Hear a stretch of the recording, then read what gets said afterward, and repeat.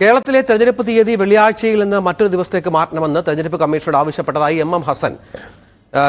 League നേരത്തെ ഈ ആവശ്യം ഉന്നയിച്ചിരുന്നു. ഇപ്പോൾ കോൺഗ്രസിന്റെ നമുക്കറിയാം വർക്കിംഗ് KPCC അധ്യക്ഷൻ, താൽക്കാലിക KPCC അധ്യക്ഷൻ കൂടിയാണ് ഹസൻ.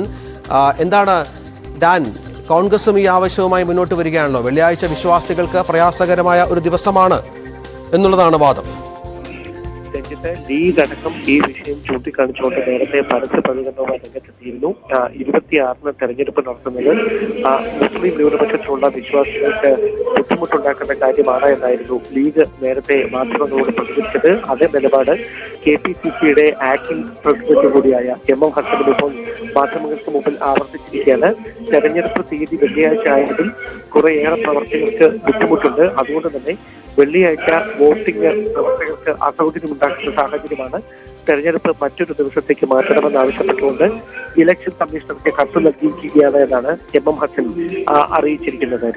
നേരത്തെ ലീഗും സമാനമായ ആവശ്യം ഉന്നയിച്ചിരുന്നു. തെരഞ്ഞെടുപ്പ് തീയതി വെള്ളിയാഴ്ചയിൽ നിന്ന് മാറ്റണം എന്നുള്ളതാണ് ലീഗിന്റെ ആവശ്യം. കോൺഗ്രസും ആവശ്യവുമായി രംഗത്ത് വരികയാണ്. തെരഞ്ഞെടുപ്പ് കമ്മീഷന് കോൺഗ്രസ് ഇതുമായി ബന്ധപ്പെട്ട അപേക്ഷയും നൽകിക്കഴിഞ്ഞു.